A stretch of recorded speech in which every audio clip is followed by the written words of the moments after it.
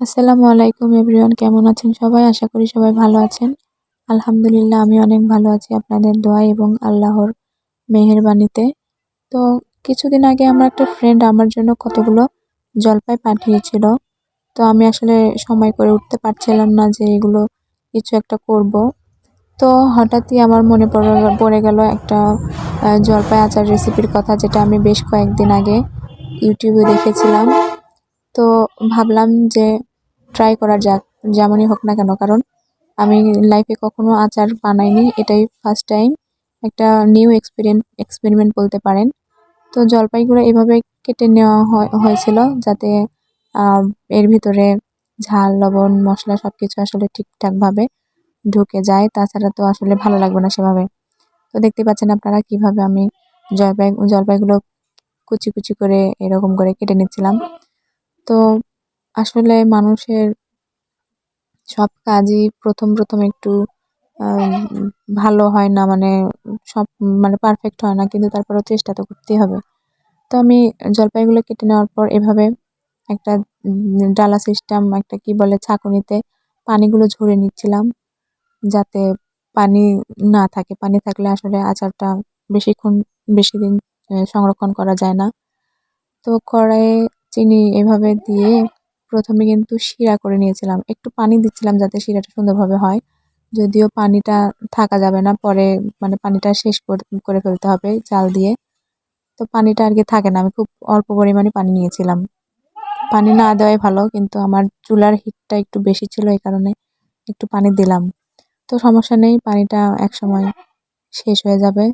তো দেখতে পাচ্ছেন আমি কিন্তু এভাবে ভালোভাবে জাল দিয়ে নিচ্ছিলাম যাতে পানির একটু বিন্দু পরিমাণ পানি না থাকে চিনিতে। চিনি শিরা ভালোভাবে আঠা আঠা যখন হবে তখন এর ভেতরে জলপাইটা আমি ছেড়ে দেব। আসলে এই চিনির শিরা দিয়েই কিন্তু জলপাইটা সেদ্ধ হয়ে যাবে।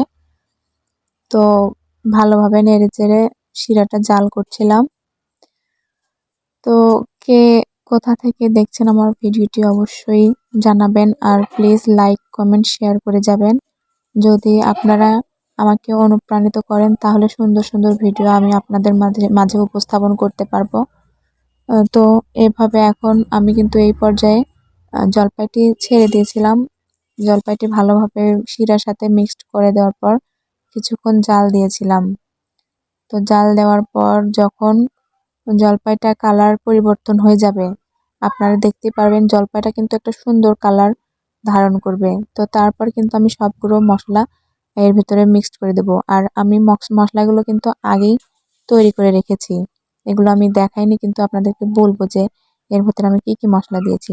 তেমন কোনোই মশলা এতে প্রয়োজন নেই, শুধুমাত্র চিনির শিরাতে জলপাইগুলো দিয়ে যখন এই যে সুন্দর একটা কালার কিন্তু এসে গেছে, আপনারা দেখতে পাচ্ছেন। তো এখন কিন্তু দেব সবগুলো মশলা। তো মশলার ভিতরে ছিল জিরা গুঁড়া, ধনিয়া গুঁড়া, একটা এলাচ।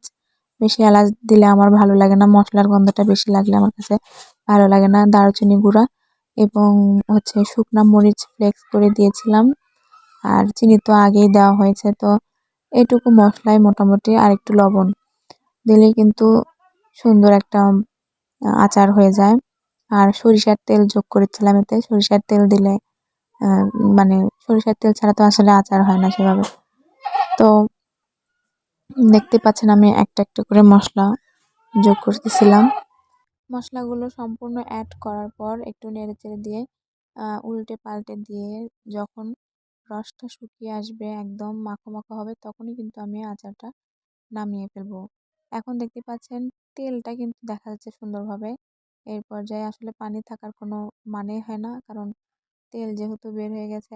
একটা খাবারের যখন তেলটা বের হয়ে যায় তখনই কিন্তু এর ভিতরে কোনো রকম মানে কোনো কিছু কমতি থাকে না, রান্নাটার প্রায় শেষের মধ্যে এসে যায়। তো আচারও তেমন। তো আমি দেখেন সবগুলো মশলা দিচ্ছি, দিয়ে ভালোভাবে মিক্সড করে নিয়ে একটু জাল দিয়ে কিন্তু জলপাইয়ের আচারটা আমি নামিয়ে দিব। যখন আসলে আচারটা বানাচ্ছিলাম তখন মনের ভিতরে অনেক দ্বিধা কাজ করতেছিল, অনেক নার্ভাস লাগতেছিল যে আসলে আদৌ কি আচারটা খাওয়া যাবে কিনা, কেমন যে হবে, এরকম একটা ভয় কাজ করতেছিল। কিন্তু যখন আসলে সবাই টেস্ট করে দেখলো, আসলে সবাই অনেক ভালো বললো, অনেক টেস্ট হয়েছে তাই বললো। তো এই পর্যায়ে আমি আমার আচারটা কিন্তু নামিয়ে দেব। তো ভিডিওটি এ পর্যন্তই, সবাই ভালো থাকবেন, আল্লাহ হাফেজ।